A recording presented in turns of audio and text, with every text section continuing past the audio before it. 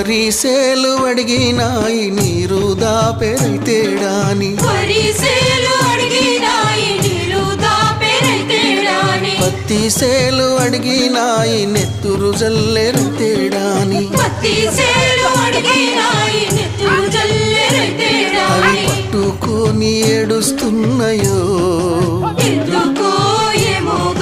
తుల్లి తుల్లి ఏడుస్తున్నాయో